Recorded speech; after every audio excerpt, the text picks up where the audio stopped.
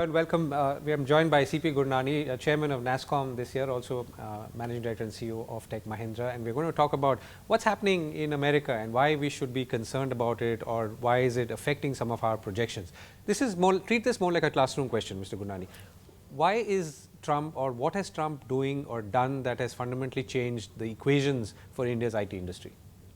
So I think it's many times, we come to conclusions without actually waiting for a process to be completed.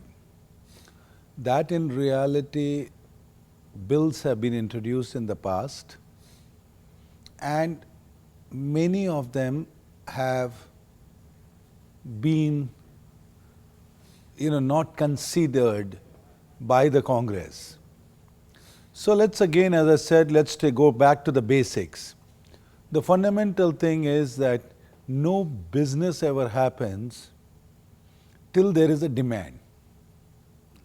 That a US economy needs technology people because they do not have their own technology, and they've come up with these words which are called STEM, which is science, technology, engineering, maths people.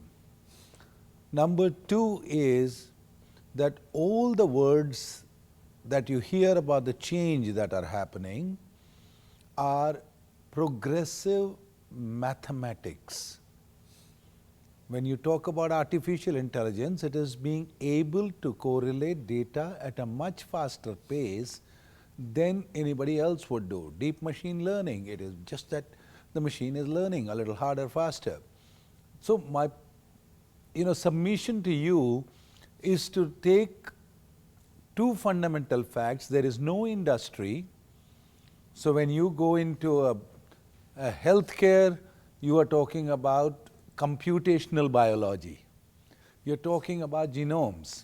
That it is a reality that President Carter, when he had his cancer, he did his genome analysis and figured out that his chances of his success, if he takes the medicine ABC based on the genome analysis, so actually he got targeted medicine, and that is why his cancer is no longer a danger.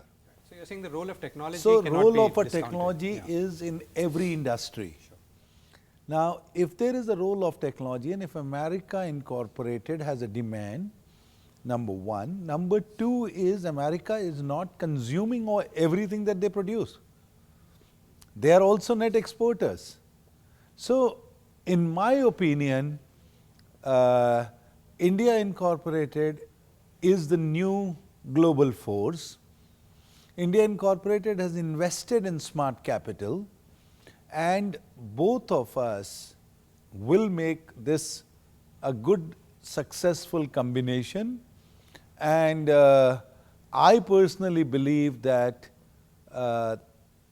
all these rhetorics regarding, Indian industry or an American consumption, I think is not practical at all, because ultimately both countries need each other to make each other successful. Right. So even as a reaction, I mean, there seems to be a lot of focus on those 63,000 or 65,000 H-1B visas.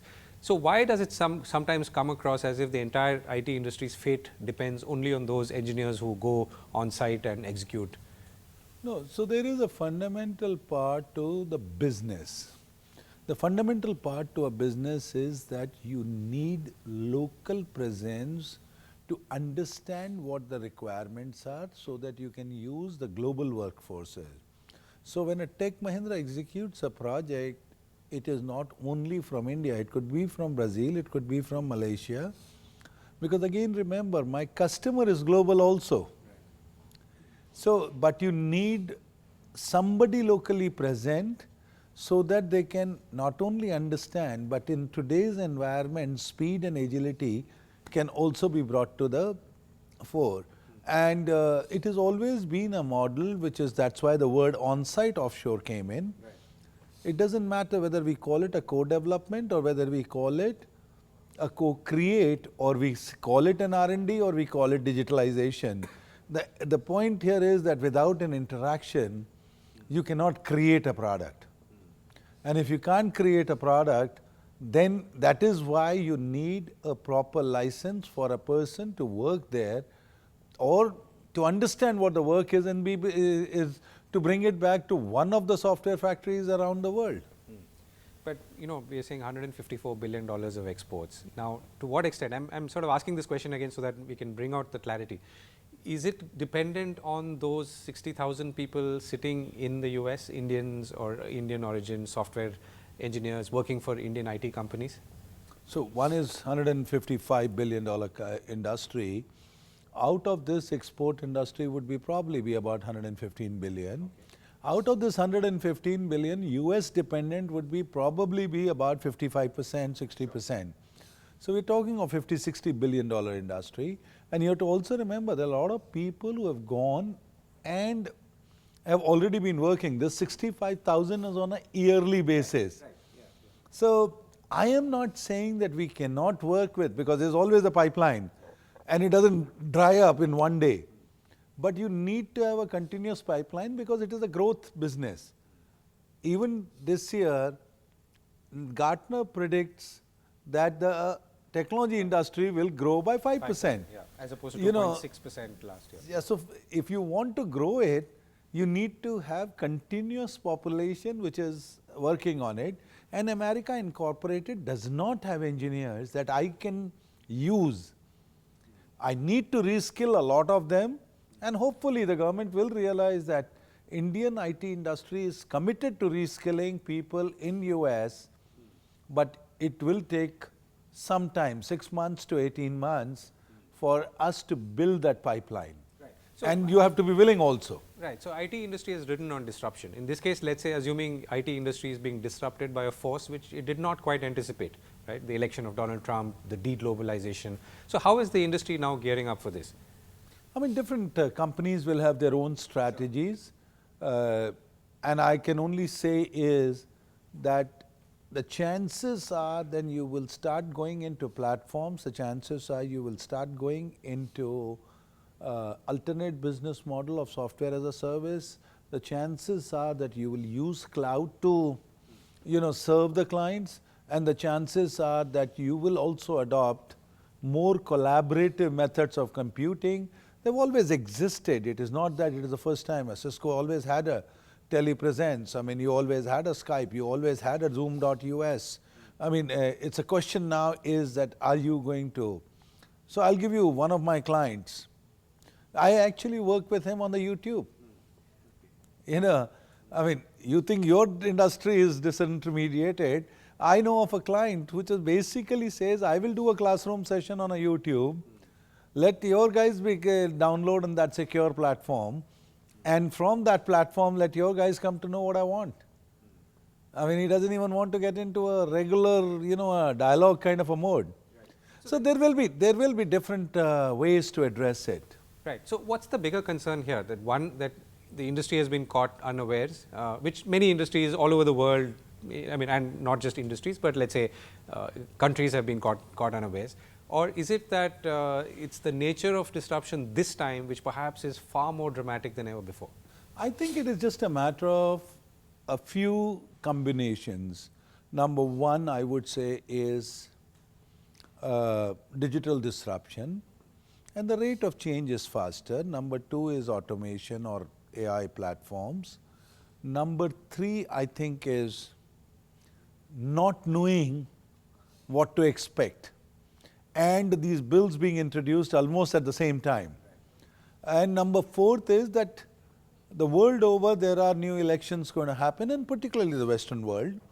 So it started with Brexit. Now you know that you're going to have an election in France. You know you will have an election in Germany. So it is. 60 billion could become 100 billion. Yeah.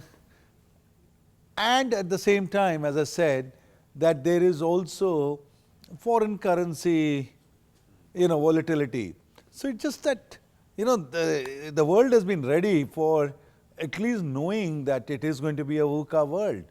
It is just that when it happens, I mean, I may not lose my sleep, but somebody else is losing the sleep. And I think it is important that I communicate that We may not always know the answers beforehand, but we are capable people, we have seen the change in the past, and we will ride this change also. Right. So, you've been talking about reskilling and all the challenges that go with some of those elements that you talked about, whether it's artificial intelligence or automation, robotics, and everything that the industry has to do. So, you've got all of that on one end, and then you've got this new geopolitical factor on the other end. Between the two, what do you think the industry will ride out more easily in the next year or so? I personally would like to put my vote behind reimagining the product service offerings. Number two is that hope and use every office in the world to say, we are not the problem, we are actually the solution, and we will be able to communicate harder that we are actually the solution. I'm not talking only America. In America, you have the slogan, Make America Great Again, and I think we are part of the solution. So, if I were to ask you to give a 2017-18 prognosis, not guidance perhaps, but I mean Nasscom for instance has held back from giving an annual guidance, because you want to see what's happening, how things are going to play out in America and maybe even in other parts of the world including Europe. But if you were to, if I were to ask you without taking the word guidance out, what else can you predict today? I think it's a healthy growth. I mean 8 to 10% is a healthy growth.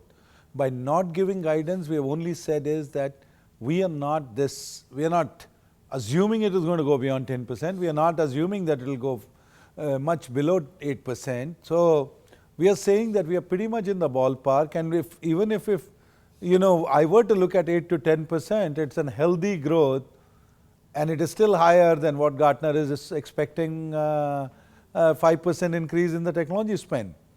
So, I am actually very upbeat and positive because it is higher than the Gartner results or the prognosis, and there are obstacles, but none of them which is unsurmountable. Right. So, last question. So, Gartner went from 2.6 to 5%, that increase of 2.4%, to what extent does it translate into gains for Indian IT in your understanding, and to what extent does it not? We have done the analysis, and we believe that most of this spend is happening on digital front.